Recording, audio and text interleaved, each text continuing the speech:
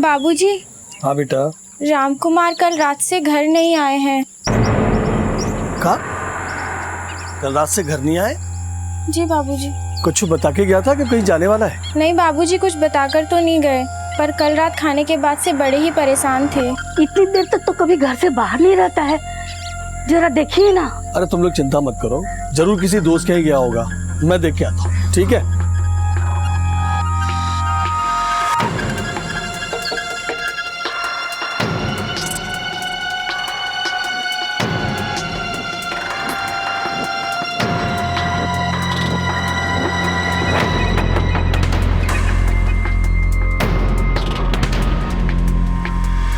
हाँ बिमला मौसी, राम कुमार आया है का?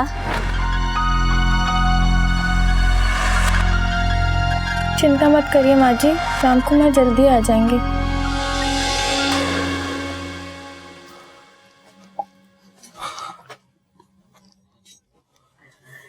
का हुआ, कुछ पता चला का? सब जगह ढूंढ लिया, कुछ पता नहीं चला। एक काम कीजिए ना, अखिलेश को फोन लगा के देखिए ना, शायद कुछ पता चले।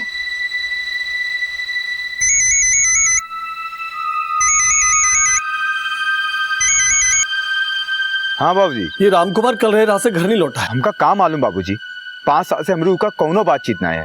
उका कुछ हुआ करे ना तो हमका फोन मत घुमावा करो। वो जिए चाहे मरे, हमरी बला से हम उकी कौनो खोज खबर नहीं रखते हैं। अब फोन रखो, बाद में बात करो।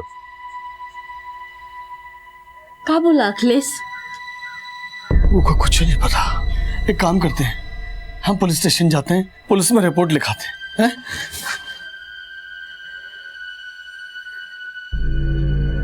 बेटा हम भी देख करके आते हैं।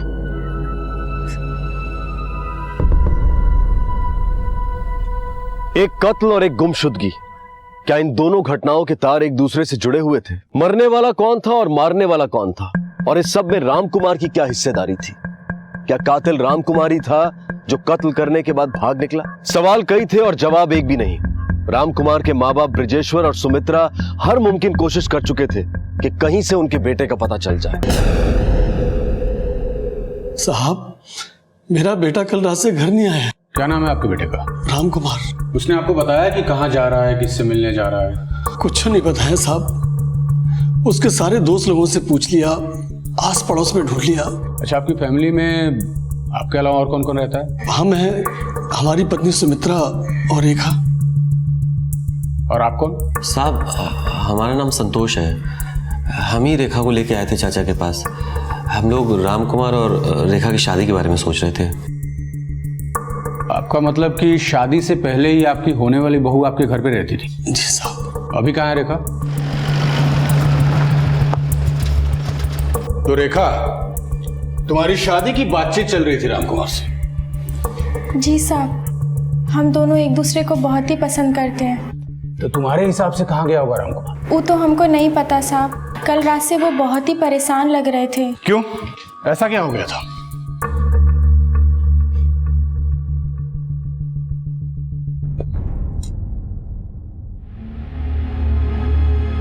क्या हुआ बेटा? खाना क्या नहीं खा रहा? देखो बेटा, जो हुआ उसे भूल जाओ। रेखा बहुत ही अच्छी लड़की है, इससे अच्छी बहू हमारे घर के लिए और कोई नहीं हो सकती है। शादी ब्याह करो और अपनी जिंदगी को आगे बढ़ाओ। ये जिंदगी है बाबूजी, कौन रिक्शा ठेला नहीं जो धक्का देके आगे बढ़ा दें। अभी हमें थोड़ा सा वक्त चाहिए। मनेर जाएंगे, नौकरी करेंगे, पैसा वैसा इकट्ठा करके फिर शादी ब्याह के बारे में सोचेंगे। अरे पगला गए हो क्या? फिर वहीं जाओगे? अरे एक बार तो जेल जाने से बच गए हो। अरे कल को कुछ ऊंचा नीचा होगा तो हम लोग क्या करेंगे? अरे सुनो हो ना बाबूजी, लाख करो चतराई कर्म का लेखा कहूँ ना जाए, और इस सब के डर से का हम अपनी जिंदगी खत्म कर लें। अरे जिंदगी खत्म करने के लिए कौन कह रहा है बेटा? अरे अपने खेत है, बैल है, जमीन है, यही कमाओ, यही खाओ, कम से कम चैन की नींद तो सो पाओगे। कितना सुख चैन सुकून है हमें सब पता है बाबूजी, आप अपनी सलाह अपने पास रखिए, हम देख लेंगे हमें क्या करना। अरे राम, अरे बेटा सुन दो। सुनो तो। क्या हो गया लड़के को, कैसा बर्ताव कर रहा है?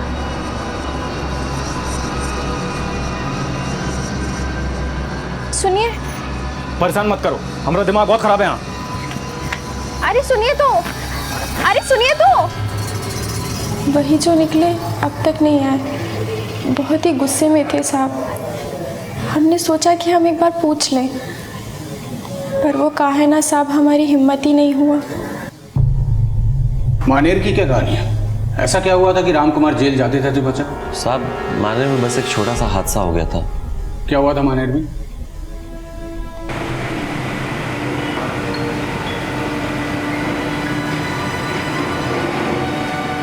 साहब मानेर पेपर फैक्ट्री में हम सुपरवाइज़र का काम करते हैं। गांव से 20 किलोमीटर है फैक्ट्री।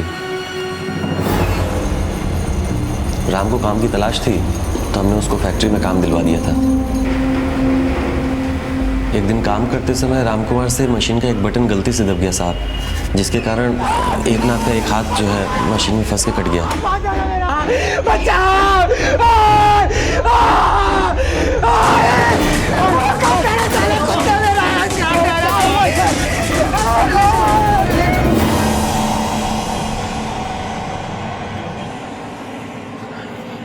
राम क्या हुआ? गांव चले जाओ, बाबूजी को तुम्हारी ज़रूरत भी है और यहाँ का जो कुछ भी है ना उसका चिंता मत करो तुम, हम सब संभाल लेंगे। ये लो भैया, रख लो। राम तो बहुत ही भोला लड़का है सर, जो हुआ उसका दुख हमको भी हो रहा है। रेखा हमारी मुंह बोली बहन है, इसीलिए तो इसका रिश्ता लेके आए थे हम उसके लिए, ताकि उसके जीवन में भी थोड़ी सी खुशी आए। ठीक है, तुम जा सकते हो, जरूरत पड़ी तो वापस बुलाएंगे। मुश्ताक सर, सबसे पहले राम कुमार के मानेर कांड की डिटेल निकालो। कभी कभी अतीत में हुई एक गलती हमारे आज पे भारी पड़ जाती है। हो सकता है राम कुमार का गायब होना भी उस हादसे से जुड़ा हो। और हाँ, राम कुमार के आसपास के लोगों और गांव वालों से पूछताछ करो। हो सकता है किसी ने राम कुमार को उस रात कहीं आते जाते देखा हो। यस सर, मैं फौरन 2 टीम तैयार करता हूँ। एक टीम के साथ खुद मानेर निकलता हूँ और दूसरी टीम गांव में पूछताछ के लिए भेजता हूँ सर।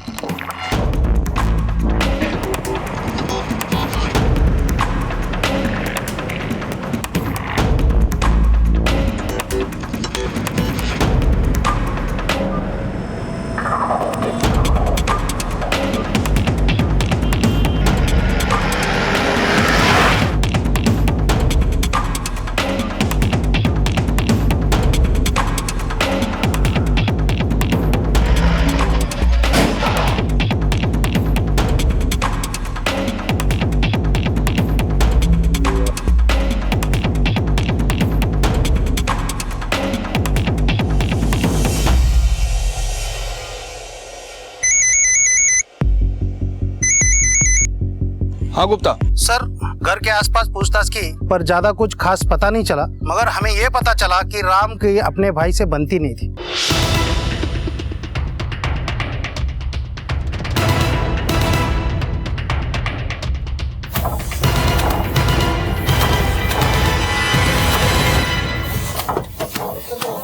अखिलेश। हाँ साहब, हमारी अखिलेश है। अखिलेश तुम्हारा भाई कल रात से घर नहीं पहुंचा, कोई आइडिया कहाँ होगा? नहीं साहब, वो तो बाबूजी का फोन आया था कि वो घर नहीं लौटा है। वैसे साहब हमारी उससे बनती नहीं थी, हमका कुछ नहीं पता साहब। पता नहीं या फिर बताना नहीं चाहते? ये क्या कह रहे हैं साहब, हमरे कुछ समझ में नहीं आ रहा। मतलब ये है अखिलेश कि तुम्हारे भाई के गायब होने में कहीं तुम्हारा हाथ तो नहीं है? अरे हम काहे करेंगे ये सब, बनती तो इसलिए नहीं थी साहब कि हमारे बाबूजी ने सारी जायदाद तो कर दी उसके नाम और हमरे हिस्से में आई केवल भीख।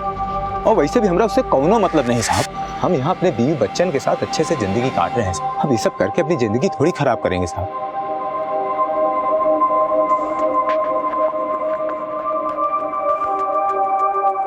बेटा, तुमने जाना जरूरी है का? बाबूजी, हम जाना तो नहीं चाहते थे, पर चाचा वापस फैक्ट्री जाना बहुत ज़रूरी है, पर हमारा कोई काम हो या कोई सहायता चाहिए तो फ़ोन करिएगा।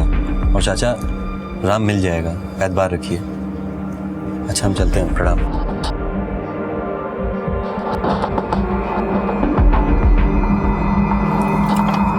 खुश रहो बेटा।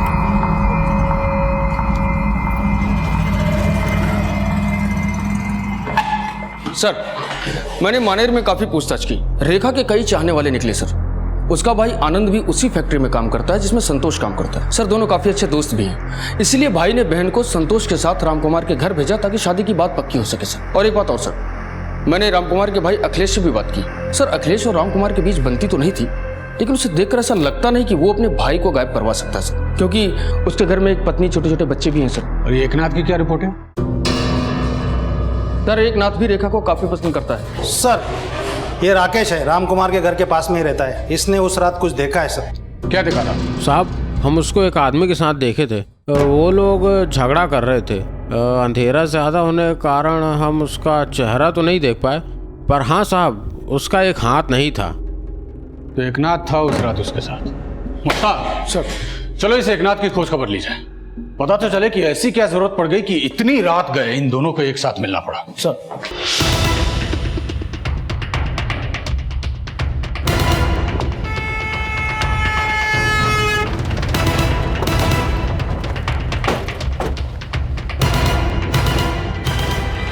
दरवाजा खोलो। अरे काहे पकड़ रहे साहब हमको? हम का किए हम? मैंने जितना पूछ रहा हूँ सच सच बोल। जिस रात राम कुमार गायब हुआ तो उसके साथ था। माजरा क्या है? ये महज इत्तेफाक है या तेरी कोई प्लानिंग थी? हम कोनो प्लानिंग नहीं किए हैं साहब। हम काहे करेंगे कोनो प्लानिंग? बस बात यह है कि हम रेखा को बहुत पसंद करते हैं साहब, और वो भी हमको बहुत पसंद करती है। बस यही समझाए को गए थे हम राम कुमार को, ताकि वो पीछे हट जाए और 3 जिंदगी बर्बाद होने से बच जाए। क्या बात कर रहे हो एकनाथ, पगला गए हो का? पगला नहीं गए, सच बता रहे हैं, सच। और ये बात कान खोल के सुन लो, ये शादी से कोनो का भला नहीं होगा, और रेखा भी हमको पसंद करती है। हाँ, जैसे तुम कह दी और हम मान लिए। बस इतना ही बात था साहब। हम भला उनको काहे कुछ करेंगे। मुश्ताक सर, रेखा का कहना है कि राम कुमार और वो एक दूसरे को प्यार करते थे, और यहाँ एकांत कह रहा है कि वो और रेखा एक दूसरे को पसंद करते थे। कहीं ये सारा कुछ रेखा की वजह से तो नहीं हो रहा है? सर रेखा के भाई आनंद तिवारी से बातचीत करते हैं, वो इन सबको जरूर जानता होगा, और एक भाई होने के नाते उसे ये जरूर पता होगा कि रेखा के आगे पीछे कौन कौन था और किस वजह से था, और रेखा किसे पसंद करती थी। तनिक मुस्कुराइए ना। काहे मुस्कुराए? अरे मुस्कुराती तो बहुत अच्छी लगती है। पर काहे मुस्कुराए? कोई वजह भी तो होनी चाहिए। अरे हम तुम्हारे सरप्राइज लेके आए हैं। सरप्राइज? दिखाइए तो। अरे ऐसे कैसे दिखा दूं? पहले मुस्कुराइए तो सही। फिर दिखाओगे? हाँ तो ठीक है। हाय हाय, क्या मुस्कुराती है। कहाँ गया? ये देखो नया फोन। दिखाओ तो। अरे रुकिए तो एक फोटो खींचते हैं, ठीक है? कैसे लग रहे हैं हम? अरे बहुत खूबसूरत लगते हैं। अब दिखा भी दीजिए। अरे हम दिखाते हैं ना आपको। अरे कुछ करने को दीजिए ना। अरे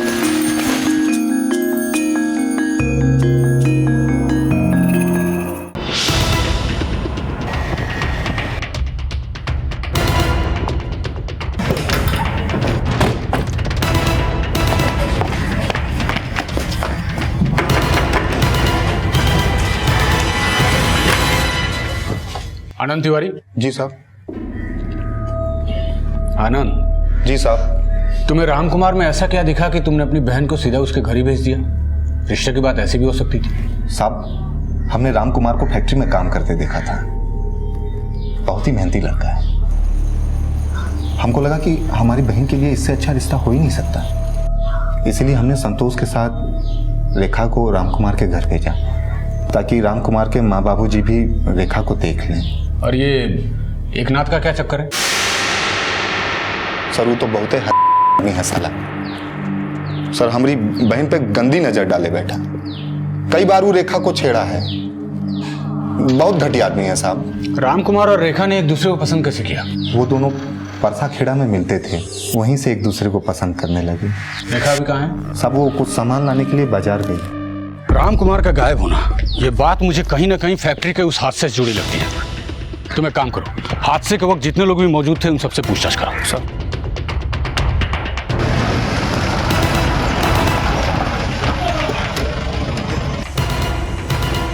आप हैं मैनेजर? हाँ जी मैं हूँ मैनेजर। हम उस मशीन को देखना चाहते हैं जिससे एकनाथ का हाथ कटा था। जी सर, आइए मैं दिखाता हूँ।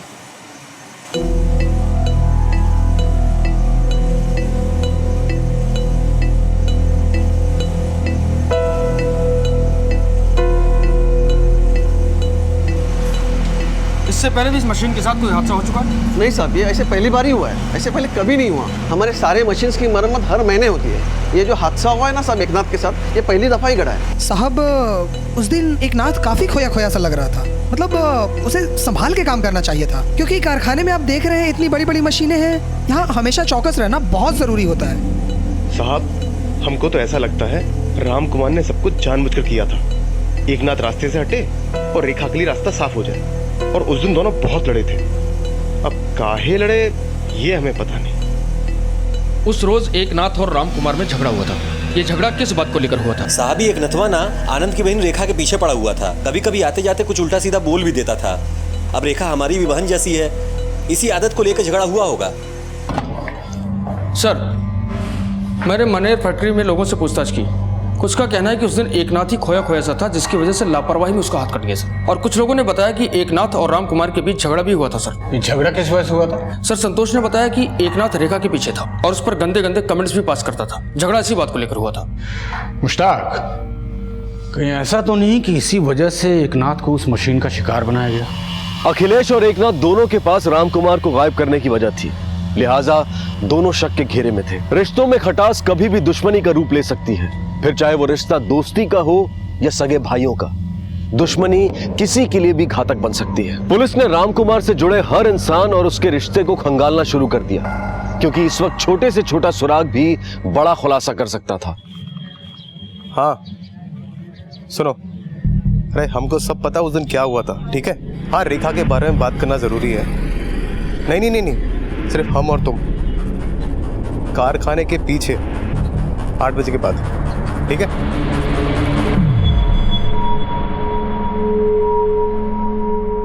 हेलो,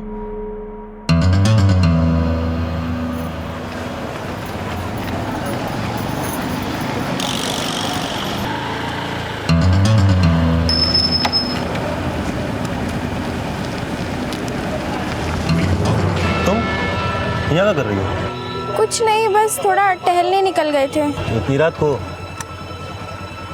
किसी को बुलाई तो नहीं हो यहाँ? नहीं, हम किसे बुलाएंगे? आओ बैठो, छोड़ देते हैं।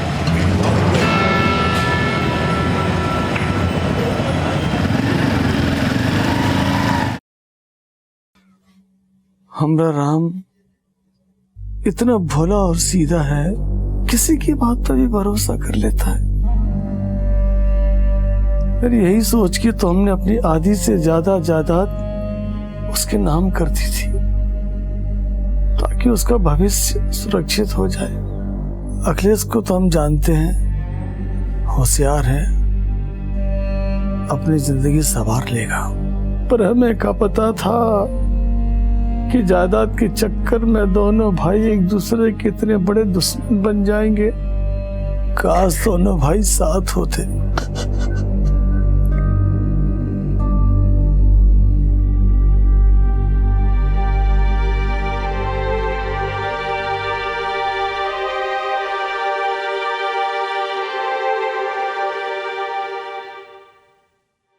सर, ये रेखा की कॉल डिटेल्स हैं। इसमें उन तमाम लोगों के नंबर्स हैं जिनसे वो फोन पर बात करती थी या जिनके कॉल उससे आते थे।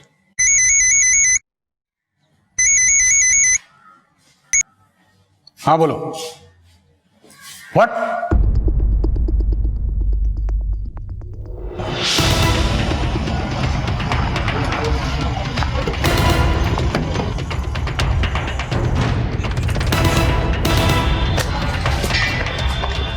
हटो साइड।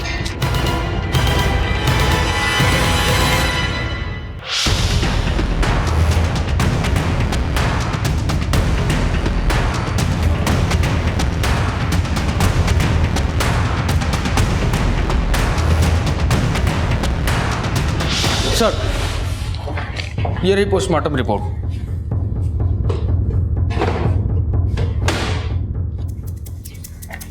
सर, रिपोर्ट के मुताबिक ड्रग्स के हैवी डोज की वजह से ही नमन मिश्रा की मौत हुई थी।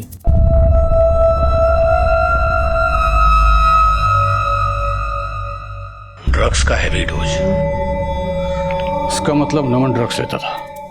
मुश्ताक सर, ये बात कुछ पल्ले नहीं पड़ी। नमन एक मजदूर आदमी था। वो कितना भी नशेड़ी हो, लेकिन ड्रग्स जैसी चीज का रेगुलर सेवन करना उसके बस की बात नहीं हो सकती। तुम सबसे पहले यह पता लगाओ कि नमन वाकई ड्रग्स लेता था या नहीं।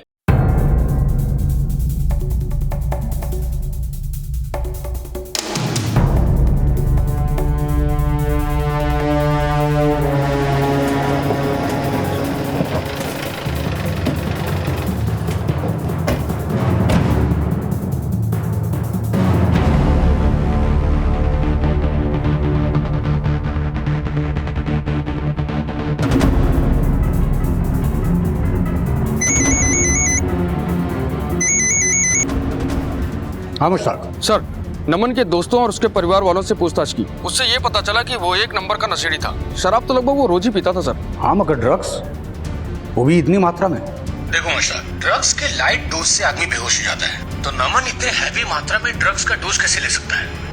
जरूर इसके पीछे किसी का हाथ है। हो सकता है कि उसने ये ड्रग्स खुद ना खाया हो, बल्कि उसे किसी ने खिलाया हो सर। पॉसिबल है।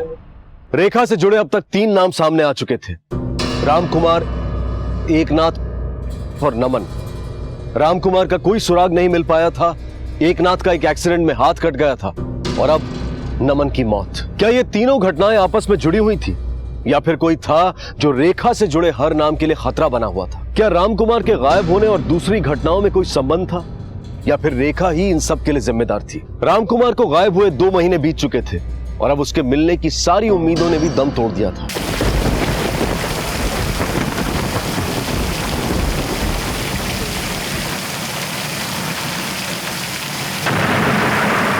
कितना पानी भर गया।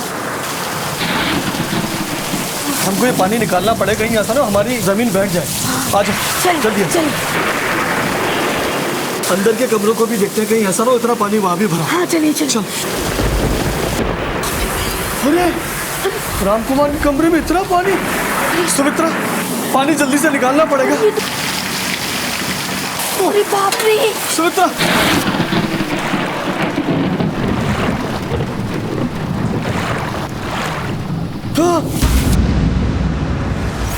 ये तो राम को खड़ा है।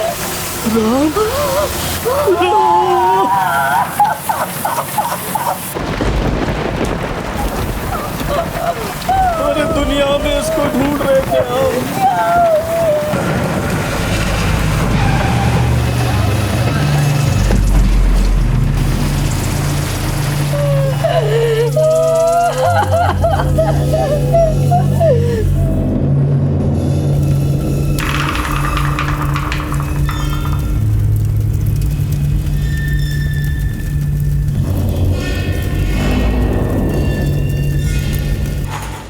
ये एकनाथ का काम नहीं हो सकता। एक हाथ से लाश को वहां तक ले जाना और फिर कब्र खोद कर दफनाना, नॉट पॉसिबल। मुश्ताक, क्या पॉसिबल है कि राम कुमार की लाश उसी के घर में गड़ी हो? इतना सब कुछ हो गया और बाप को खबर तक नहीं। सर, हो सकता है कि सच में उसे पता ना हो, क्योंकि अगर वो इन सब के पीछे होता तो बारिश के बाद भी लाश के बारे में किसी को पता नहीं चलने देता सर। वो तो ठीक है मुश्ताक, लेकिन हमें अपनी तरफ से एक बार ब्रजेशों को टटोलना चाहिए। हो सकता है हमारा अंधेरे में चलाया हुआ तीर सही निशाने पर लग जाए। सर, अरे इससे ज्यादा एक बाप का दुर्भाग्य और क्या हो सकता है साहब, कि उसका जवान बेटा उसके ही घर में दफन रहे और उसका एक बूढ़ा बाप उसकी कब्र पर 2 महीने तक सोता रहे और उसे पता तक नहीं चला। संभालिए अपने आप को, खूनी जो भी है जल्दी पुलिस की गिरफ्त में होगा। सर, ये राकेश है, अखिलेश का पड़ोसी। राम कुमार के बारे में कुछ है जो ये हमें बताना चाहता है। हाँ बोलो। अखिलेश के बाबूजी अखिलेश के यहाँ बहुत दिन बाद देखे, इसलिए हमारा ध्यान उन पे गया। अखिलेश, अखिलेश। प्रणाम बाबूजी। खुश रहो।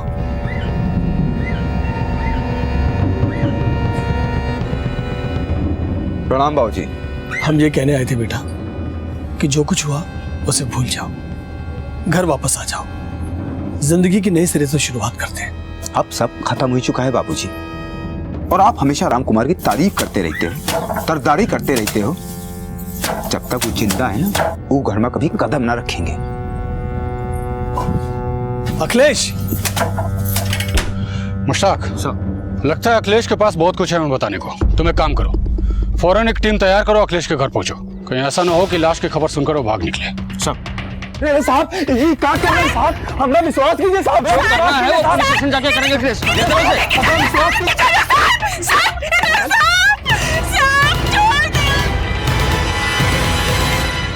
तो बात अब साफ साफ कर लेते हैं, और ध्यान रहे कि दोनों सच ही बोलेंगे। अखिलेश, क्या तुम्हारे पिता कभी तुम्हारे घर आए थे? हाँ साहब। और घर लौटने की बात पर तुम दोनों में बहस भी हुई थी? आप साहब, गुस्से में तो मुंह से 2-4 बातें निकली जाती हैं। बात यह है साहब कि हम राम से चिढ़ते बहुत थे। कहे कि बाबूजी ने सारी जायदाद तो उनके नाम कर दी, जी का वो बर्बाद कर देता, और हमका का दिया कछु नहीं। बस साहब, यह खातिर हम गुस्से में घर छोड़कर बाहर चले गए। तू चाहे कितनी भी दलील दे ले, लेकिन तुझे देखकर लगता नहीं है कि तू कोई दूध का धुला हुआ है। और ब्रिजेश्वर जी, आप कहीं ऐसा तो नहीं कि एक बेटा तो खो ही दिया है तो कम से कम दूसरे को बचा लो। हमारे बेटे आपस में झगड़ा भले ही कर सकते हैं, पर हम इतना जानते हैं कि वो किसी का खून नहीं बहा सकते। आपका ये बेटा क्या कर सकता है ये तो आप अच्छी तरह जानते हैं, लेकिन मैं क्या कर सकता हूँ ये आप नहीं जानते। इसलिए दिमाग की नसों पर जोर दीजिए और सोचिए कि क्या किया, किसने किया और क्यों किया। सर, पोस्टमार्टम रिपोर्ट के मुताबिक राम कुमार की हत्या हुई थी। किसी ने उसे गला घोटकर मार दिया और फिर लाश को दफना दिया। बॉडी जल्दी सड़ने लगी क्योंकि कातिल ने लाश के साथ नमक का भी इस्तेमाल किया था सर। और सर, नमक का इस्तेमाल इसलिए भी किया गया ताकि बदबू को दबाया जा सके। मुझे अभी भी समझ में नहीं आ रहा है कि कोई घर के अंदर कब्र खोद के बॉडी दफना के चला गया और बाप को खबर तक नहीं हुई। मुझे लगता है सबके पीछे अखिलेश का हाथ है और बाप अब अपने इकलौते बेटे को बचाना चाहता है। या ये भी हो सकता है कि राम की मौत की वजह रेखा बनी हो। आखिर उसके भी फैक्ट्री में चाहने वाले बहुत थे। हो सकता है उनमें से कोई आया हो और ये सब करके चला गया हो। मुश्ताक सर, मुझे लगता है कि हमारे हर सवाल का जवाब सिर्फ और सिर्फ रेखा है। क्या वाकई में राम कुमार के पिता इस बात से अनजान थे कि उनके बेटे की लाश उनके घर में दफन थी, या फिर वो अपने दूसरे बेटे अखिलेश को बचाने की कोशिश कर रहे थे? क्या अखिलेश ने ही अपने भाई राम कुमार की हत्या की थी? वैसे अखिलेश के अलावा पुलिस की शक की सुई कहीं ना कहीं रेखा पर भी थी।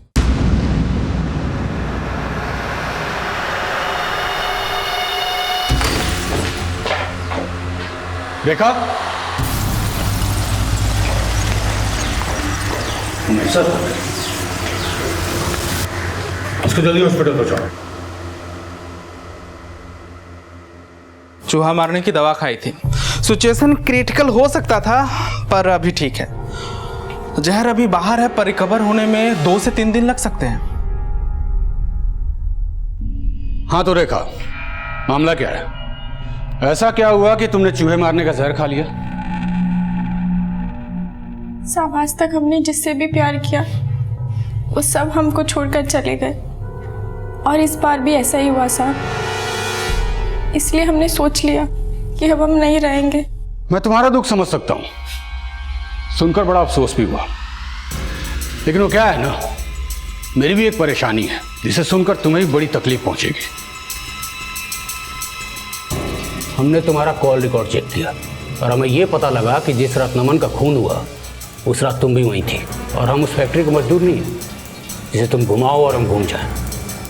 अब तुम्हारी भलाई इसी में है कि सारा सच खुद अपने मुंह से कबूलो। नहीं तो अगर हम घुमाने पे आ गए ना तो ऐसा घुमाएंगे कि तुम्हारी पूरी जिंदगी घूम जाएगी। चलो बोलो बोलो। साहब, हम तो नमन के साथ रहना चाहते थे। हमने तो इतना भी सोच लिया था कि हम उनके साथ भाग जाएंगे। साहब, नमन ने हमसे वादा किया था कि वो हमें कभी किसी चीज की कमी महसूस नहीं होने देंगे।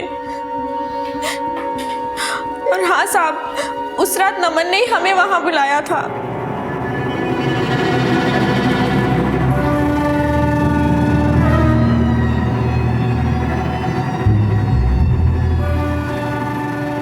अरे हम तुम्हारे साथ है ना, काहे चिंता करती हो? अरे हम तुम्हारा ख्याल रखेंगे। अब तो कम ख्याल रखेंगे क्या तुम्हारा? हाँ? अरे पकड़ो ना। हमें पता है कि आप हमारा हमेशा ख्याल रखेंगे।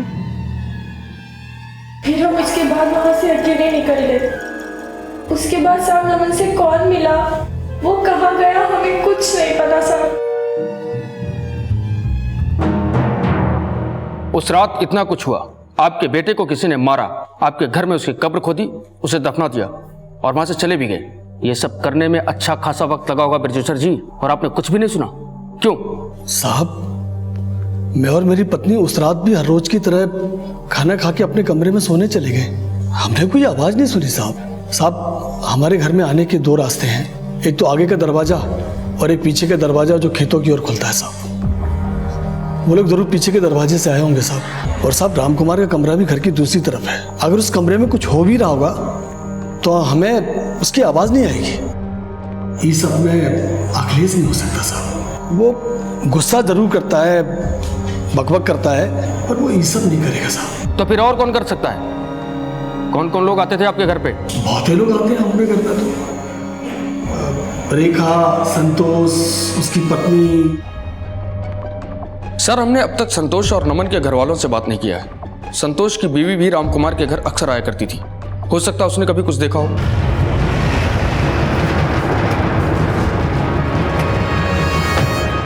रामकुमार के घर आना जाना होता था तुम्हारा? हाँ साहब जी, वो उनकी माँ बहुत अच्छी है, उनसे मिलाया करती थी। तुम्हारा पति संतोष रेखा का रिश्ता लेकर रामकुमार के यहाँ गया था। कैसी लड़की है वो? अरे उसकी तो बात ही ना कीजिए साहब, उसकी वजह से तो हमारा अच्छा खासा घर बर्बाद हो रहा है।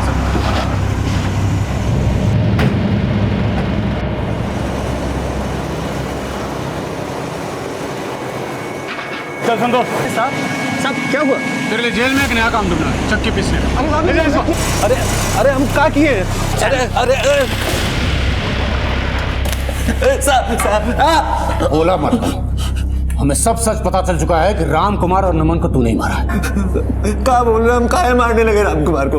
तेरी बीवी ने सारा सच उगल दिया है और तेरे सारे काले कच्चे चिट्टे खुल चुके हैं। रेखा कुछ दिन तेरे घर पे भी रही थी, राइट? और तुम दोनों के बीच कुछ चल भी रहा था और नमन की बीवी ने हमें बताया कि नमन को कोई 5 लाख रुपए देने वाला था और वो शहर से बाहर भी जाने वाला था। तब तेरे हमने कॉल रिकॉर्ड चेक किए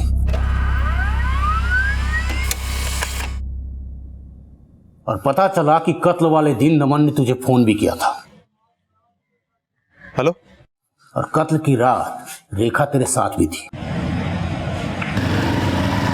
फिर क्या, सारा मामला हमारे सामने आने की तरह साफ हो गया। अब बस तेरे मुंह से सुनना बाकी है। चल बोल बोल। साहब, ये नमनवा हमको कारखाने में तार बदलते हुए देख लिया था, जिसके बाद एक नाथ का हाथ कट गया।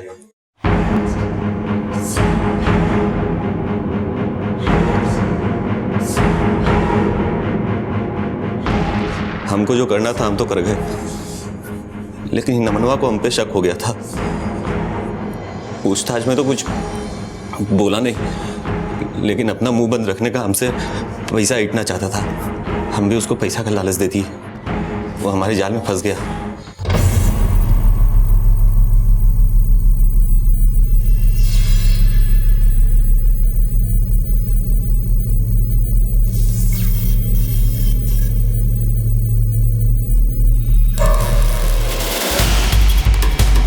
हमको रेखा के पास कोई अच्छा नहीं लगता था। हमारी रेखा सिर्फ हमको हमारे साथ चाहिए थी। इन मनो हमसे पैसा तो इतना ही चाहता था, साथ ही साथ रेखा भी उसको चाहिए थी। जी का जंजाल बच गया था हमारे।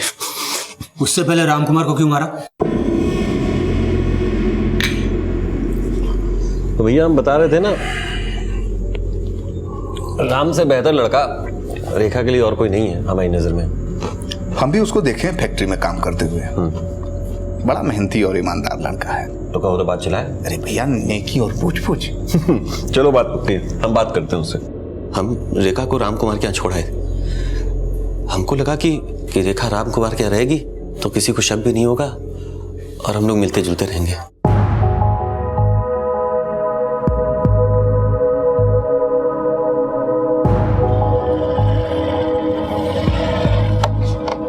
चाचा प्रणाम। ले आए तुम्हारी बहुरिया।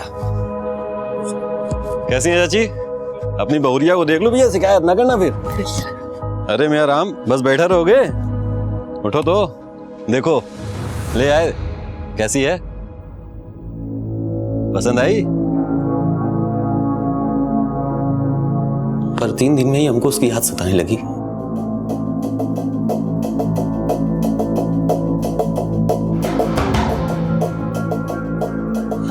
हम उससे मिलने निकले। हमको ये बात शुरू से अच्छी नहीं लग रही थी। बर्दाश्त के बाहर था हमरे कि रामकुमार भी रेखा के साथ वही सब काम करे। हम एक रात उन दोनों को देखे भी।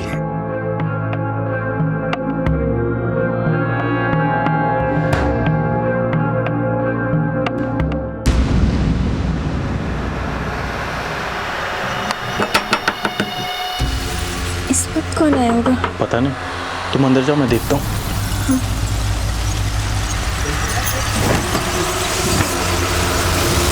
अरे संतोष, इतनी रात के?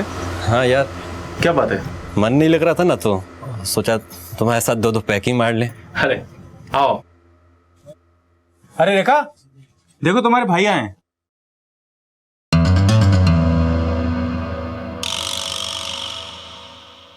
तुम दोनों भाई बहन बैठ के बात करो, मैं कुछ खाने पीने का इंतजाम करता हूँ।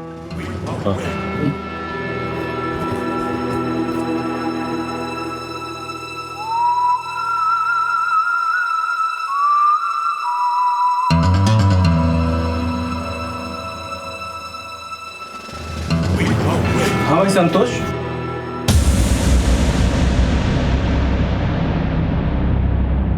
फिर हमने सोचा कि रामकुमार ये बात सबको बता देगा। अरे बस तुम्हें गलत फहमी हो रही है ना? मेरी शादी? अरे नहीं यार, तू गलत समझ रहा है। मैं गलत समझ रहा हूँ। फिर अगली सुबह ब्रजेश्वर चाचा घर आए और हमसे कहने लगे कि रात से रामकुमार घर नहीं लौटा। यही वो मौका था साहब जब हम ब्रजेश्वर चाचा के साथ खुले थे, और इससे किसी को हम पे शक भी नहीं होता।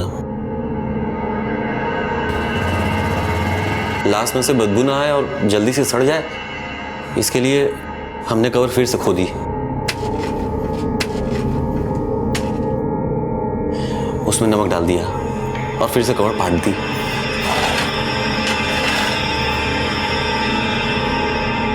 उसके बाद हमने और रेखा ने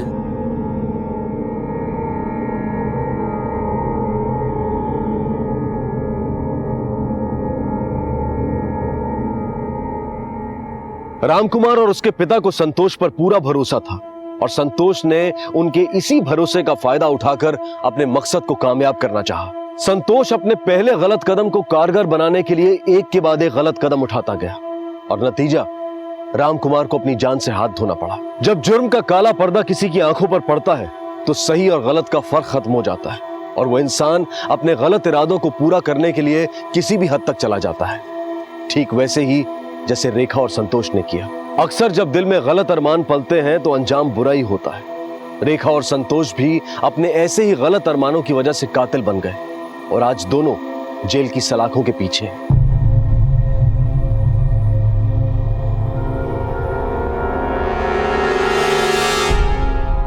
किसी पर भरोसा करना गलत नहीं है, लेकिन आंख बंद करके भरोसा करना बिल्कुल गलत है।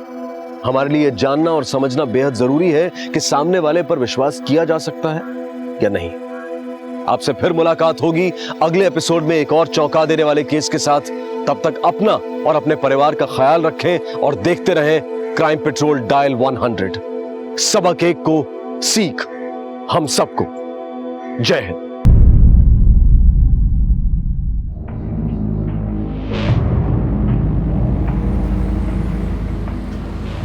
मामा, आज मेरे लिए न्यू ड्रेस खरीदो ना। बाड़ा अभी ये मैंने लिया था ना, अभी अगले महीने ले लेंगे। नमस्ते बहन जी। नमस्ते भैया। संतरे दे दूं? दे दीजिए 2 किलो।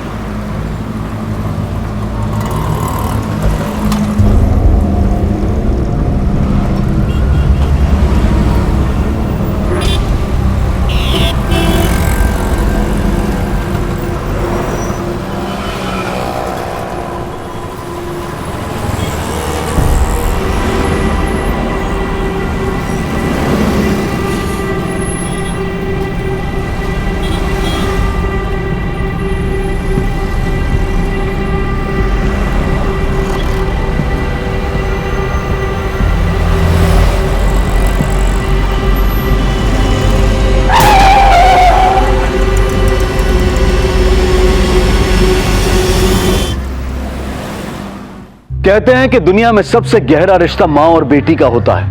वो माँ ही होती है जो बेटी के बोलने से पहले ही उसके मन की बात को महसूस कर लेती है। वो माँ ही होती है जो बेटी के जन्म से लेकर उसके उम्र के हर पड़ाव में ये कोशिश करती है कि उसकी बेटी सुरक्षित रहे, सुखी रहे। और वो बेटी ही होती है जो आंख मूंद कर ये विश्वास करती है कि हर मुसीबत में माँ उसकी ढाल बनकर रहेगी। मगर यह भी सच है कि आज हमारी तेजी से बदलती सोच ने हमारी जिंदगी की सड़क को लालच और अविश्वास के ऐसे गड्ढों से भर दिया है कि जिन पर चलते हुए माँ बेटी जैसे पवित्र रिश्ते न केवल कटघरे में खड़े नजर आने लगे हैं, बल्कि जानलेवा भी साबित हो रहे हैं। ए अलका, चल उठ। तेरे को बोल रही हूँ, चल बाहर आजा, तेरी जमानत हो गई है। चल उठ।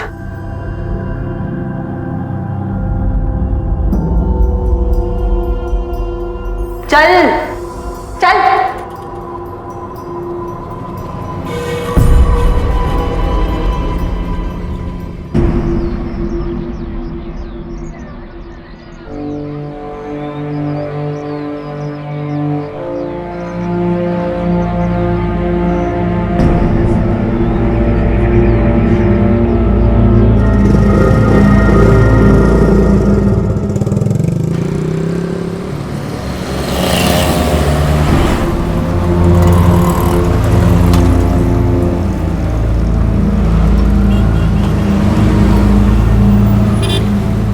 क्रिश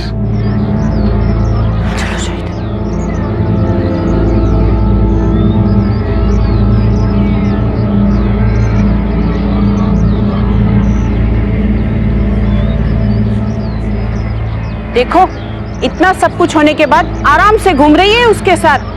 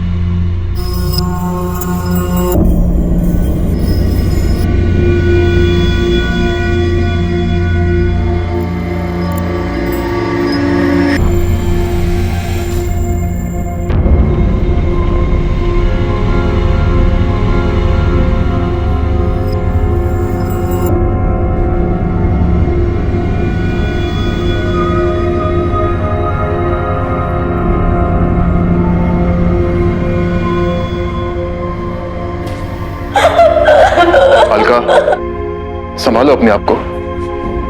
जो हो गया सो हो गया। ये समय है कि हमको अपनी लाइफ दोबारा शुरू करनी चाहिए।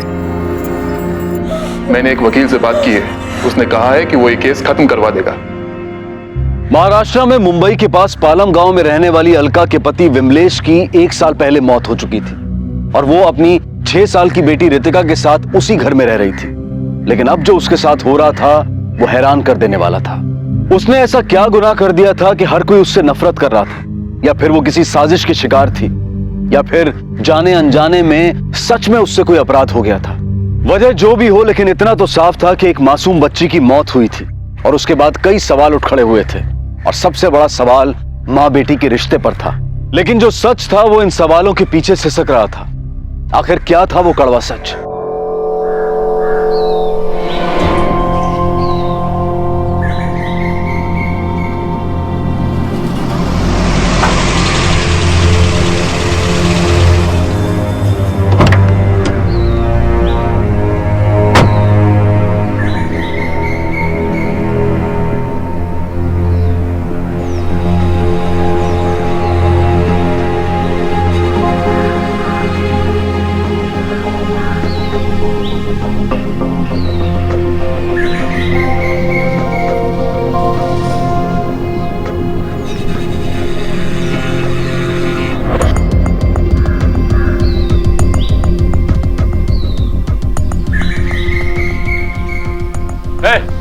क्या नाटक लगा रखा है?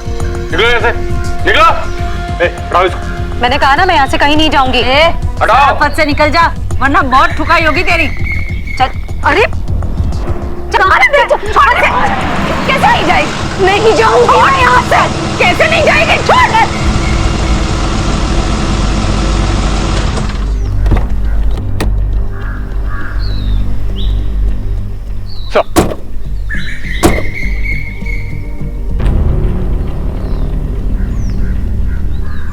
Yadav sir.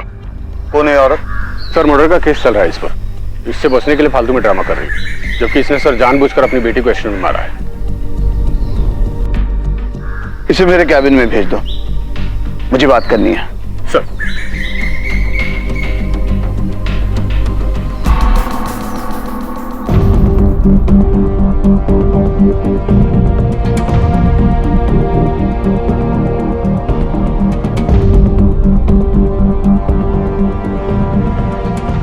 Sir, sub inspector Jadhav ने मुझ पर हत्या का झूठा आरोप लगाया है।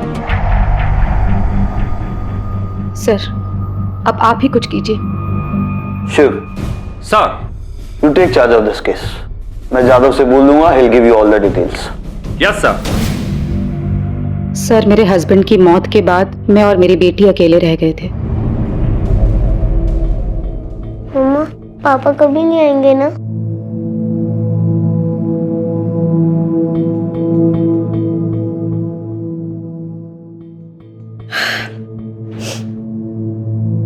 पापा नहीं आएंगे तो क्या हुआ? मम्मा है ना, वो तुझे रोज स्कूल लेके जाएगी, घुमाने लेके जाएगी, और फिर जल्दी से ना बड़ी होके बड़ी अफसर बनना। मम्मा को शॉपिंग पे लेके जाएगी ना फिर।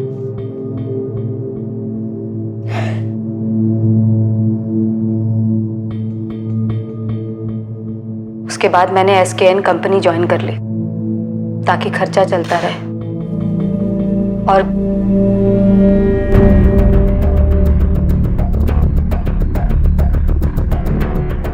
ड्यूटी पे जाते वक्त मैं अपनी बेटी को स्कूल छोड़ते हुए जाती थी। सर मंगल नगर में 2 ग्रुप में लफड़ा हो गया, 1-2 को चाकू भी लगा है। सर अभी प्लीज आप मेरे साथ चलिए, इस औरत की सारी डिटेल राशन देता हूँ आपको। ठीक है। शिंदे जी सर। तुम भी मेरे साथ चलो। ठीक है सर। मैम आप थोड़ी देर यहाँ बैठिए, मैं आकर के आपसे मिलता हूँ। जी। शिंदे माने को बोल दो मैं उनसे चाय कॉफी के लिए पूछे। ठीक है सर। आओ।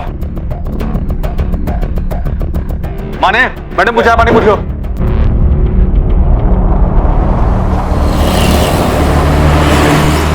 ज्यादा एक बात बताओ, तुमने इस औरत के खिलाफ केस क्यों बनाया? सर क्योंकि इन्वेस्टिगेशन में ही मैं कंफर्म हो गया था कि जिस एक्सीडेंट में इसकी बच्ची की मौत हुई है वो इसने कैसे किया है।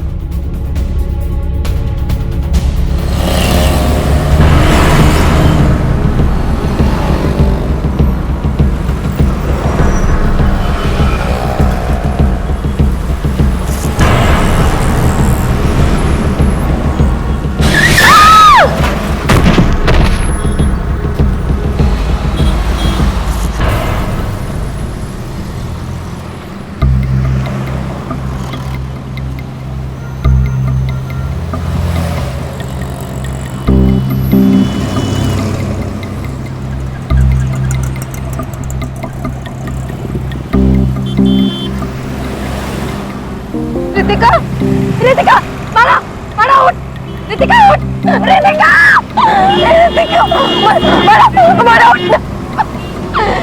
सर सड़क पूरे 30 फीट चौड़ी है और आगे से जो सिग्नल था वहां से बच्ची के स्कूल जाने के लिए अलका को राइट की तरफ मुड़ना था, लेकिन ऐसा करने के बजाय अलका ने अपनी स्कूटी की रफ्तार अचानक तेज करते हुए लेफ्ट की तरफ टर्न किया। सर इसलिए उस पर पहली बार मुझे शक हुआ कि एक्सीडेंट उसने जानबूझकर तो नहीं किया। लेकिन जादव कोई माँ अपनी बेटी की जान क्यों लेना चाहेगी? एग्जैक्टली सर, यही सवाल मेरे दिमाग में आया था। इसके लिए सर मैंने उसके पड़ोसियों से पूछताछ भी की। सर जानते हैं क्या मालूम हुआ? अरे काई की माँ साहेब, सौतेली बेटी थी उसकी। सौतेली? हाँ, विमलेश ने अपनी बीवी के मरने के बाद रितिका को संभालने के लिए अलका से दूसरी शादी की थी साहब। और जब तक विमलेश जिंदा था ना साहब, रितिका को लेकर दोनों में बहुत लड़ाई झगड़ा होता था। क्या बताऊं, परेशान हो गए थे हम तो।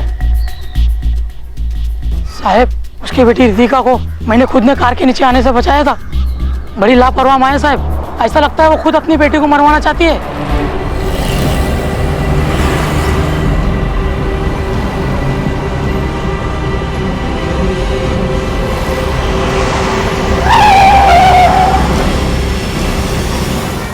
सर उसके एक पड़ोसन बता रही थी कि 1 साल पहले उसकी पति की मौत हो गई थी। कुछ टाइम तक तो ये औरत ठीक रही, लेकिन कुछ महीने पहले से ऋषभ नाम का एक जवान लौंडा उसकी लाइफ में आ गया है। उसी के साथ चक्कर चल रहा है सर, काफी उठना बैठना है उसके साथ।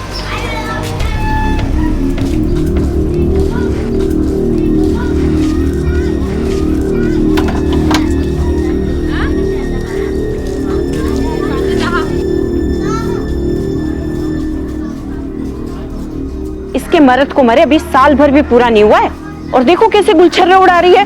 आस पड़ोस का भी ख्याल नहीं है इसको। सर मेरे को तो पूरा शक है कि अपनी बॉयफ्रेंड की लाइन क्लियर करने के लिए इस लड़की ने ही अपनी सौतेली बेटी को रास्ते से हटाया। आपने पुलिस से यह बात क्यों छुपाई कि रितिका आपकी सगी बेटी नहीं सौतेली बेटी थी?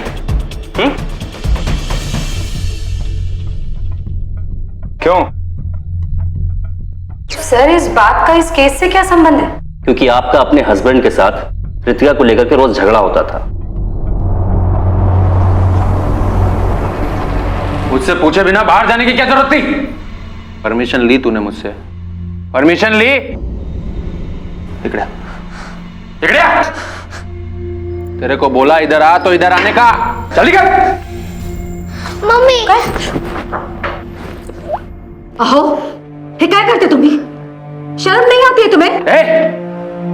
ए अलका चुप, तूने पैदा नहीं किया इसको, ये मेरी बेटी है, समझ में आई तेरे? चल। रितिका, चल बेटा अंदर चल, मरने दे इसे।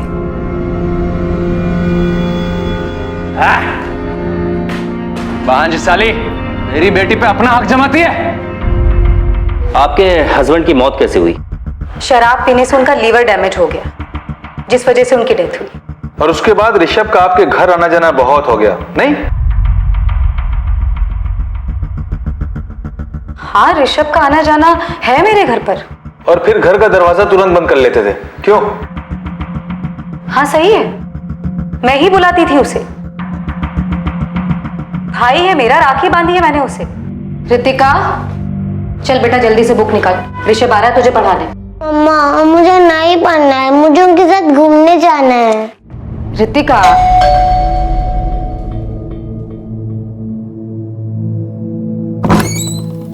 ऋषभ आओ।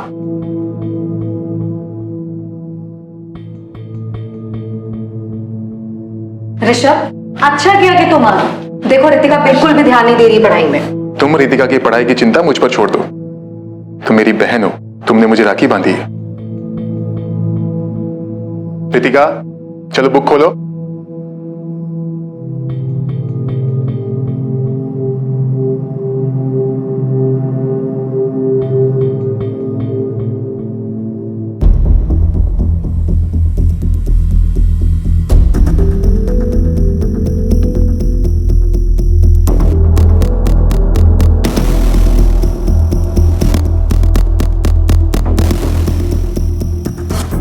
एक्सीडेंट वाली जगह पर सिग्नल के बाद आपकी बेटी का स्कूल सड़क के राइट हैंड साइड में है, फिर आप अचानक लेफ्ट हैंड साइड में क्यों मुड़ी थी? क्यों मैडम, याद नहीं आ रहा या फिर सवाल समझ में नहीं आया?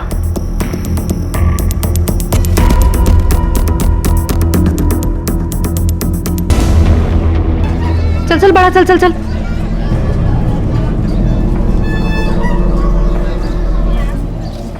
चल होकर चल।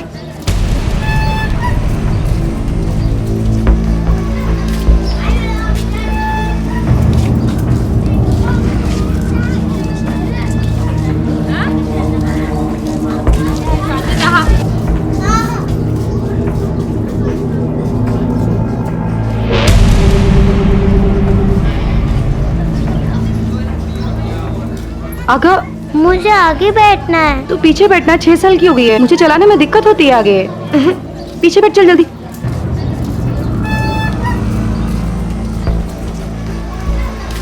मम्मा मला फुगे पाहिजे। बड़ा उशीर होते। मम्मा फुगे ले दो ना। मम्मा प्लीज ऑन 3।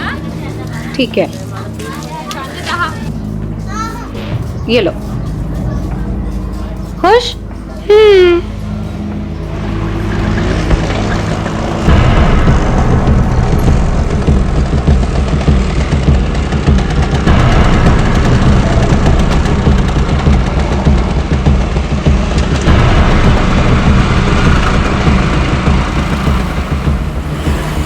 तो तू स्कूल लेकर जाएगी बलून अब?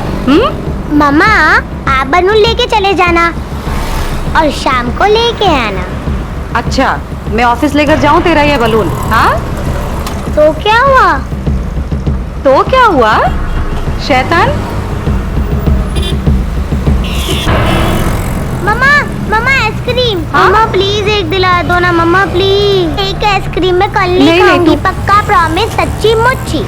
हाँ ठीक है, रुक लेती खाली हूँ। एक खाऊंगी प्लीज। हाँ हाँ एक खा लेना, रुक मैं लेती हूँ।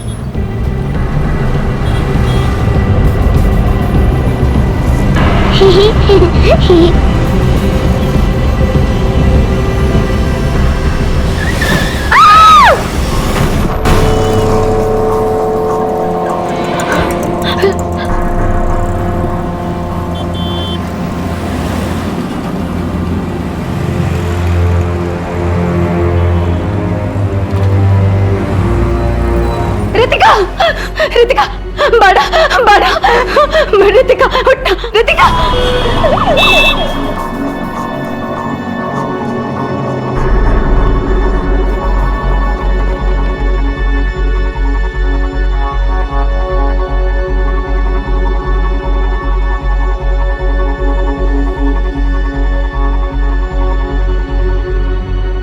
क्या हुआ डॉक्टर साहब? सी इज नो मोर। इनका पेपर तैयार कर देना। रितिका,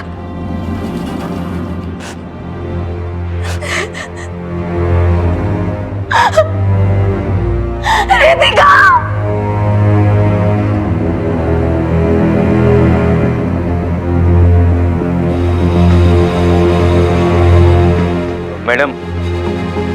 मैडम आपका भी मेडिकल टेस्ट करना पड़ेगा, क्योंकि आपका जो केस है वो एक्सीडेंटल डेथ का केस है। चलिए।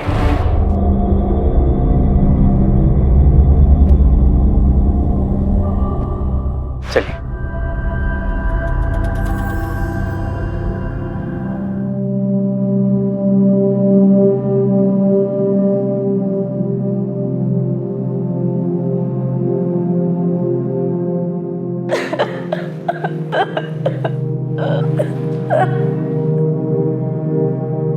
ये तो बदनसीबी है, कोई क्या कर सकता है। ये बदनसीबी नहीं है, हत्या हुई है, हत्या। ये क्या कह रही हो अलका? वो एक एक्सीडेंट था। नहीं ऋषभ, ये एक्सीडेंट नहीं था, हत्या हुई है। ये मेरी बेटी की हत्या हुई है इसमें। और पता है हत्यारा कौन है? वो लोग जिनकी लापरवाही के कारण सड़क पर गड्ढे बने।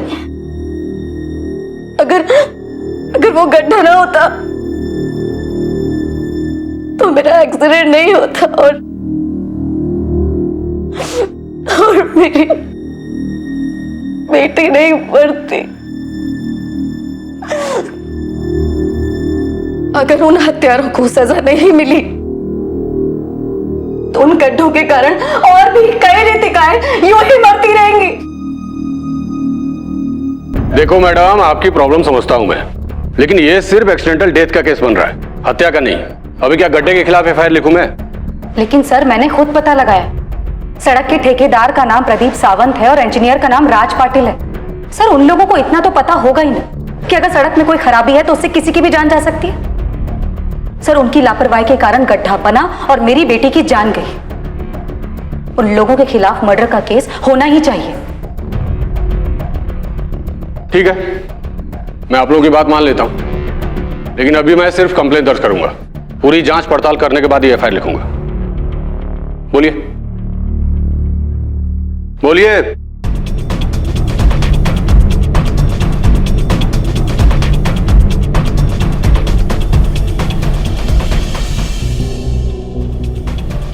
और उस दिन के बाद इस थाने के मैंने कई चक्कर काटे। हर दूसरे दिन आकर मैं यही पूछती थी कि उस ठेकेदार प्रदीप सावंत और राज पाटिल के खिलाफ कोई कार्रवाई हुई या नहीं, लेकिन हर बार मुझे यही जवाब मिला सर कि जांच चल रही है। और उसके 1 महीने बाद वो हुआ जो कोई सोच भी नहीं सकता। ले जाओ इसको। तुम लोग क्या कर रहे हो? हाँ? क्यों पकड़ के रखा है मुझे? क्या किया मैंने? क्या कसूर है मेरा? कोई बताएगा मुझे? ओ मैडम, जांच चेकिंग नहीं, तुमने एक्सीडेंट जानबूझकर किया है, इसके लिए लेके जा रहे हैं। क्या बकवास कर रहे हैं साहब? मैं ऐसा क्यों करूंगी? अपनी बेटी को क्यों मारूंगी मैं? मैडम, सड़क का एक तरफ का चौड़ाई 30 फीट है और वो गड्ढा सिर्फ 3 फीट चौड़ा और 2 इंच गहरा है। तेरे को छोटा सा गड्ढा दिखा और बाकी का 27 फीट सड़क नहीं दिखा। तू साइड से जा सकती थी ना, लेकिन तेरे को ऐसा करना ही नहीं था। तूने जानबूझकर अपनी स्कूटी गड्ढे में डाली ताकि तू अपनी सौतेली बेटी से छुटकारा पाकर अपने उस बॉयफ्रेंड ऋषभ के साथ शादी बना सके। चक्कर चल रहा है ना तेरा? ले जा इसको गाड़ी में। साहब, मेरी बात सुनो साहब, ये सच नहीं है। साहब, मुझे छोड़ो। साहब।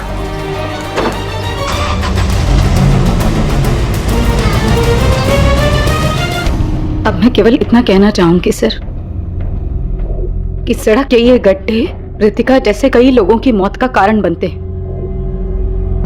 और सड़क बनाने वाले उन ठेकेदारों और इंजीनियर्स को सजा मिलनी ही चाहिए। ठीक है, आप अभी घर जाइए, लेकिन जब तक मेरी जांच पूरी नहीं हो जाती आप यहीं रहिएगा। जी sir.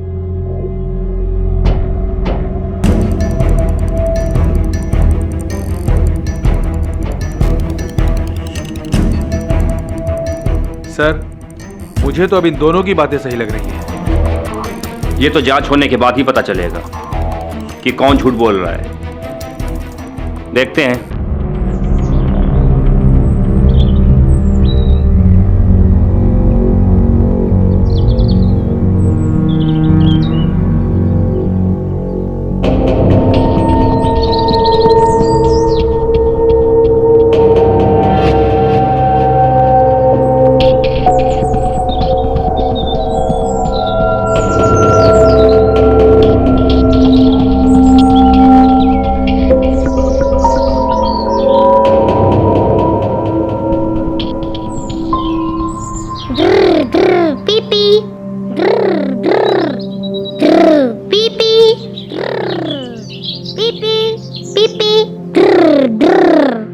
Senior inspector Shiv Gaekwad एक बहुत ही मंझे हुए पुलिस ऑफिसर थे।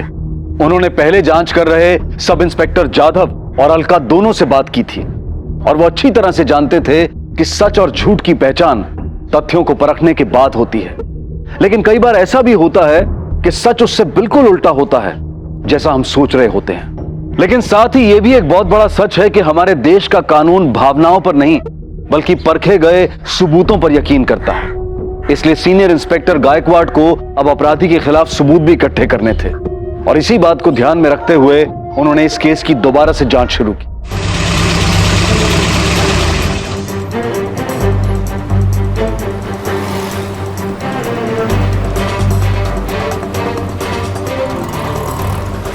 आओ। हाँ साहब, स्कूल जाते समय बच्चे यहाँ से आइसक्रीम खाई थी और वहाँ पर उनका एक्सीडेंट हुआ।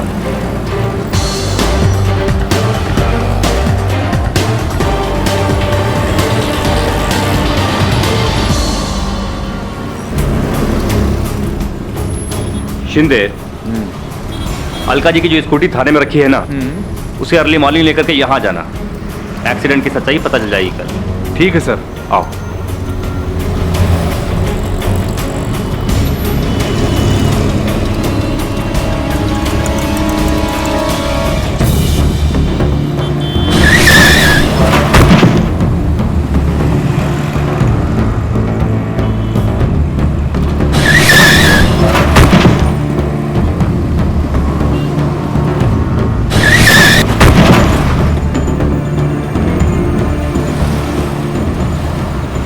शिंदे जी सर, यहाँ से एक जमीन का टुकड़ा खोदकर लैब भेज देना ताकि पता तो चले कि रोड बनाते समय कोई लापरवाही हुई है या नहीं। और हाँ, साथ में एक्सीडेंट के बाद अलका का मेडिकल टेस्ट कराने वाले उस कांस्टेबल से भी पूछताछ करो। ठीक है सर।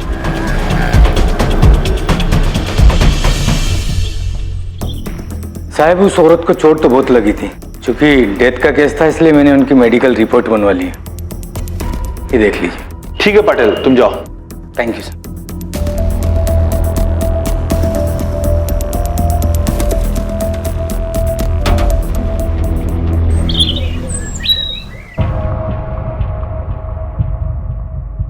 सर, जाधव की जांच में बहुत गड़बड़ी है। ये देखिए सर, जिस समय एक्सीडेंट हुआ था वो करीब दिन के 11 बजे का समय था। क्योंकि उस समय सड़क पर भीड़ बहुत ज्यादा रहती है, इसलिए किसी के लिए भी 40 की स्पीड से ज्यादा गाड़ी चला पाना संभव नहीं है। जबकि जाधव ने रिपोर्ट में लिखा है कि अलका जी 60 की स्पीड से गाड़ी चला रही थी। अगर अलका ने जानबूझकर ये एक्सीडेंट किया होता तो उसे वैसी चोटें नहीं लगती जैसे कि अचानक गिरने से लगती। और सर, अलका के मेडिकल रिपोर्ट की भी अनदेखी की गई है, जो ये साबित करता है कि एक्सीडेंट में अलका को भी बहुत ज्यादा चोटें आई थी। शिंदे, जाधव से कहो कि मुझे इस केस के बारे में दोबारा बात करनी है। जी सर।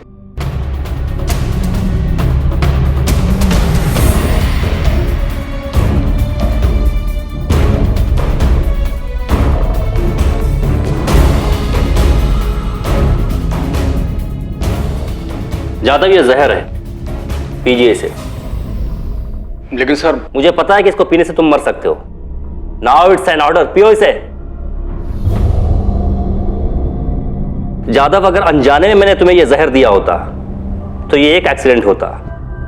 जबकि मुझे पता है कि यह जहर है, उसको पीने से तुम मर सकते हो, फिर भी मैं तुम्हें दे रहा हूं, तो यह एक हत्या हुई। खराब सड़क बनाने वाले ठेकेदार को भी पता होता है किसकी वजह से किसी की मौत हो सकती है।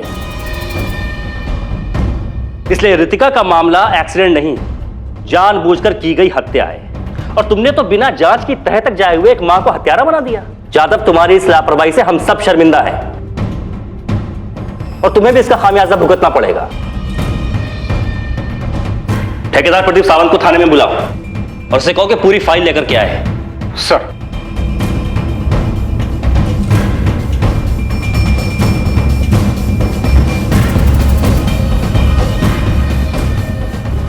सर, पता चला कि इनका एक फ्लैट अंधेरी में भी है, 2 भाई खल्ला में भी हैं। हाँ साहब, बात तो बराबर है। कौन से ग्रेड के ठेकेदार हैं ये? बी ग्रेड के। आप 3 साल से बी ग्रेड के ठेकेदार हैं और सरकारी ठेके में आपको इतनी जल्दी इतना मुनाफा हो गया। सड़क बनाते समय आपने जो मटेरियल यूज किया है उसके बिल और सरकारी इंजीनियर से उसके अप्रूवल के पेपर सब इसमें है ना? हाँ साहब, सब इसमें है। लेकिन साहब, आप बोलो ना, करने का क्या है? आप जो बोलेंगे मैं वही करूंगा। अब जो करना है पुलिस करेगी। और हाँ, मुझसे पूछे बगैर शहर के बाहर मत जाइएगा। साहब,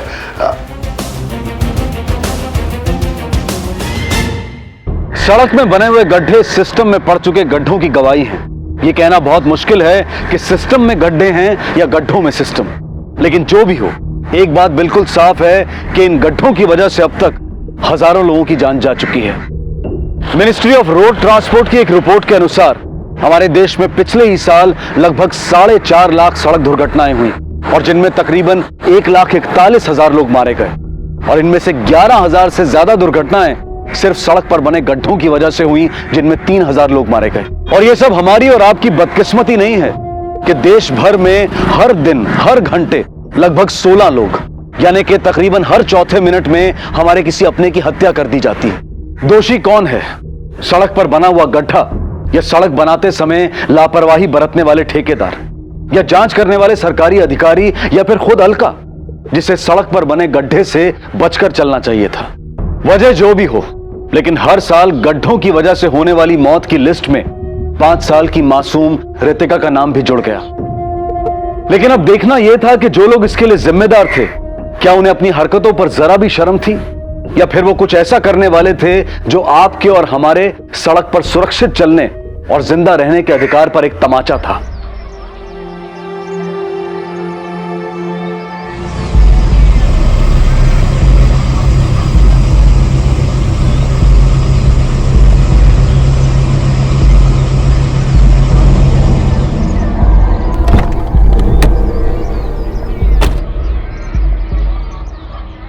मैडम,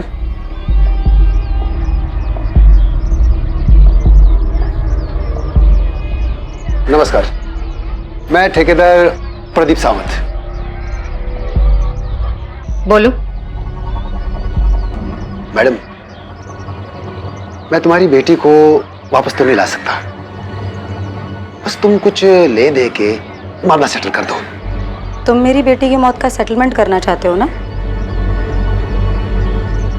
कितने पैसे दोगे? ऐसे मैडम, मेरा तो कुछ बनता नहीं है, फिर भी मैं 2 लाख रुपए ले आया हूं। ठीक है।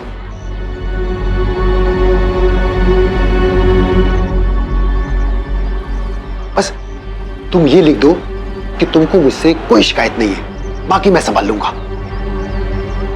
ठीक है, लिख के तो मैं दे दूंगी, लेकिन मेरी भी एक शर्त है।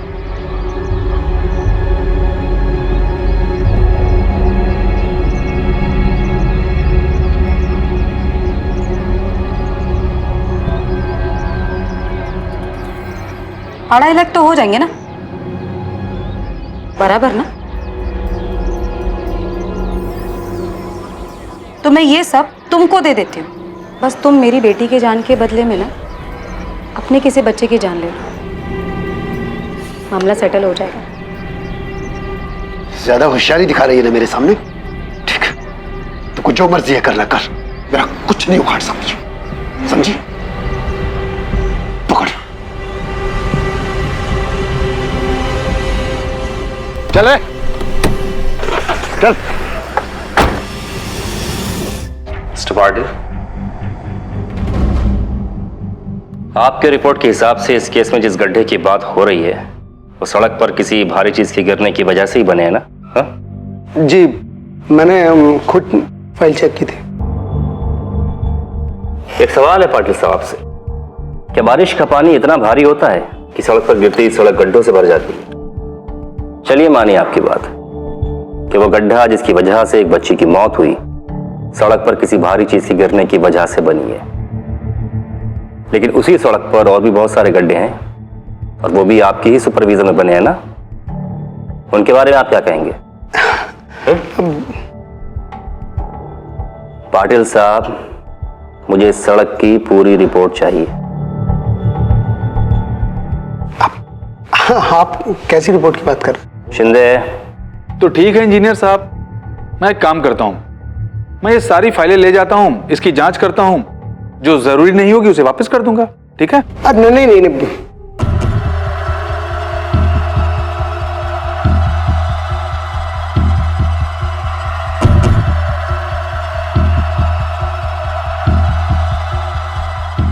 इसी में सारे पेपर्स हैं। Thank you. Thank you.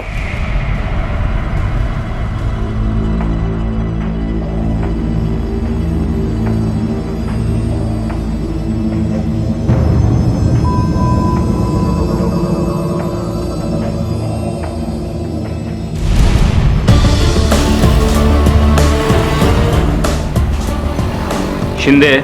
Yes sir. अब तुम्हें पता है ना कि हमें आगे क्या करना है? हाँ सर, अब हमें दोनों के फोन कॉल्स और बैंक के खातों की जांच करनी है, पर उसके लिए वी नीड परमिशंस। उसके लिए मैं एसपी सर से बात करता हूँ, ठीक है? ठीक है सर। जय हिंद सर।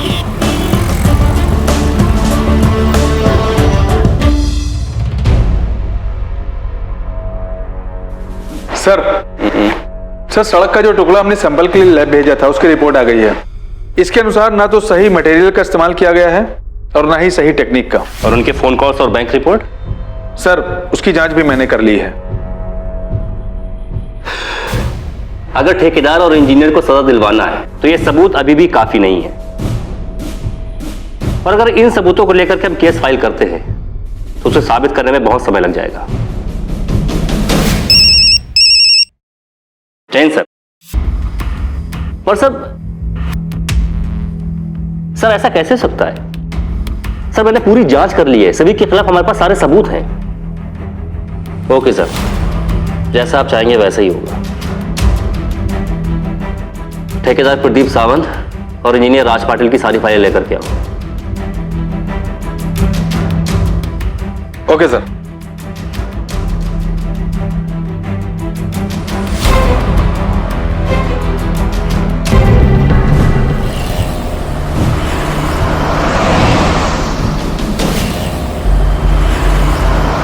सर, इसमें लैब टेस्ट की रिपोर्ट से लेकर के मटेरियल सप्लायर, आप लोग के बैंक स्टेटमेंट्स, फोन कॉल्स सब रिकॉर्ड मौजूद है। लेकिन सर आप लोगों ने ऊपर से कॉल करा करके मेरी सारी मेहनत पर पानी फिरवा दिया। अरे साहिब, आपको आपकी मेहनत का पूरा फल मिलेगा।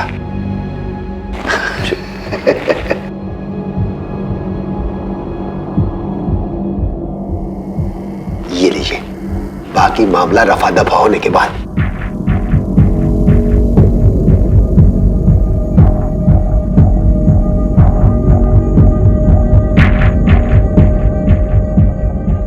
कहाँ तुम लोग? जल्दी करो ना, आओ ना।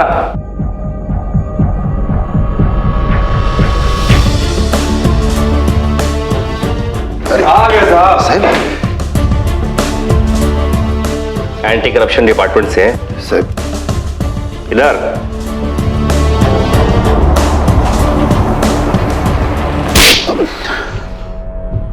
एसपी कदम साहब के कहने से हमने सब किया ताकि तुम लोगों को रंगे हाथ पकड़ सके। लेके चलो इन्हें। चलो आ जाओ। आइए इंजीनियर साहब, आइए। आप अच्छा नहीं कर रहे हैं आप, लेकिन अच्छा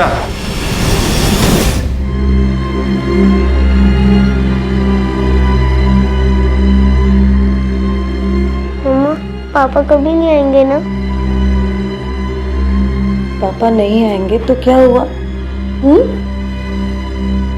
मम्मा है ना?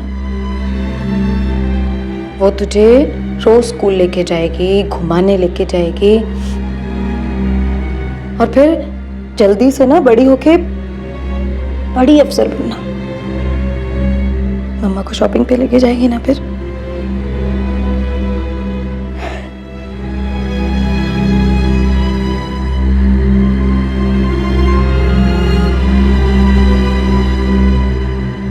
सारी जांच के बाद अलका पर लगे हुए सभी आरोपों को हटा दिया गया, मगर अलका के दिल पर लगे हुए जख्म अभी तक नहीं भरे हैं। वो आज भी हम सबसे सवाल करती है कि क्या मां और बेटी का रिश्ता सिर्फ बेटी को जन्म देने से ही जुड़ता है?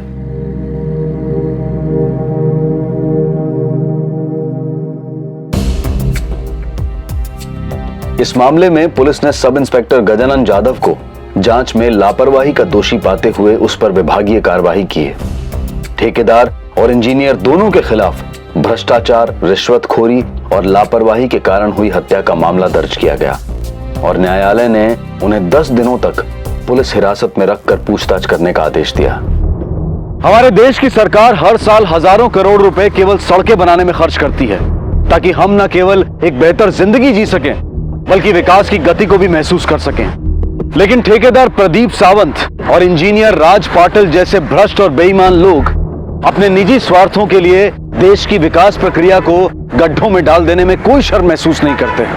हर साल सड़कें बनती हैं और महीने 2 महीने में उनमें गड्ढे पड़ने लगते हैं और हर बारिश का मौसम सड़क को सड़क कम और गड्ढा ज्यादा बना देता है, जो हर पल कहीं किसी अलका से उसकी मासूम बेटी को छीन लेता है। अपने साथ हो रहे इस अन्याय के खिलाफ आवाज उठाएं और इन्हें मजबूर कर दें कि ये चंद रुपयों के लिए हमारी जिंदगी के साथ ना खेलें।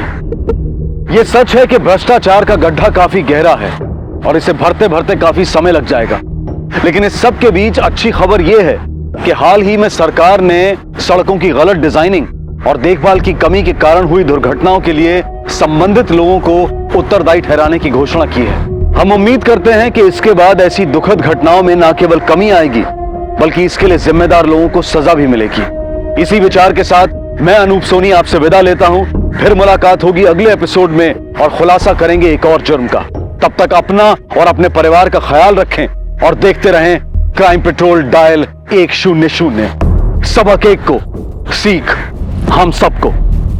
जय हिंद। इस तरह के और भी एपिसोड देखने के लिए हमारे चैनल को सब्सक्राइब करें और बेल आइकन दबाना ना भूलें।